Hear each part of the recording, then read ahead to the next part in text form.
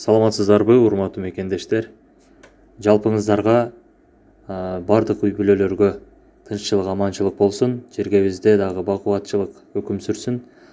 Жаратканыбыз баарыбызга тынччылык, ыйман берсин.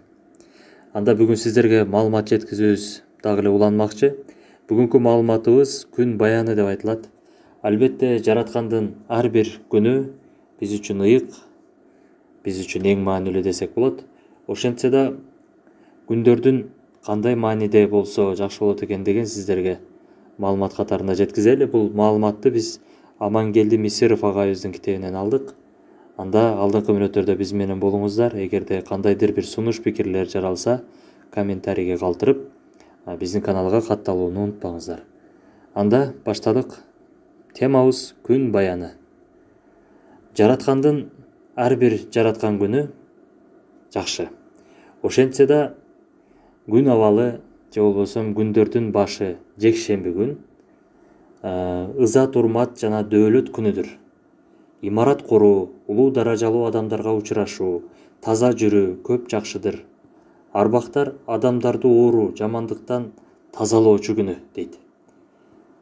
Дүйшөмбү күнү жылдызы ай, сапарга чыгуу, тилек тилөө, тарбия жана кеп кеңеш күнү.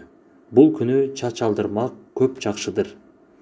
Шейшемби күн жылдызы Марс, кагылышып каршылашуу, жаңжал, жаман сөздөн этият болуучу күн. Аялдардын ума энеге сыюну күнү дептир. Себепсиз кир кок жуунбайт. Шаршемби жылдызы Меркурий, улуу жана периштелүү күн.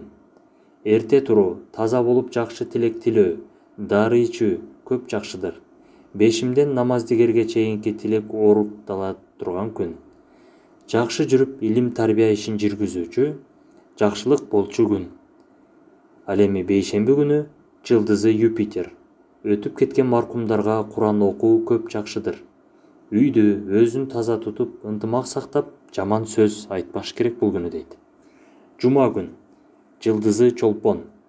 Нике жана махабат күнү. Аялдары менен аңгеме сыпат куруу көп жакшыдыр. Эрте туруу, 2 рекет нафил намаз окуп, дени таза эркектер намаз жумага баруу көп сооптуу иш. Бардык жагынан тазалык, тарбия жүргүзүүчү күн. Ишемби күнү жылдызы Сатурн. Арык казуу, суу чыгаруу, соода сатык күнү. Мүрзөлөргө зыярат кылуу көп сооптуу иш болот дейт. Иштин башы ишемби дешкен биздин кыргыздар. Тууралыгы жараткан билимдүү Аллахка белгилүүрөөк. Биздин маалыматтарыбызды укканыңыздарга чоң рахмат.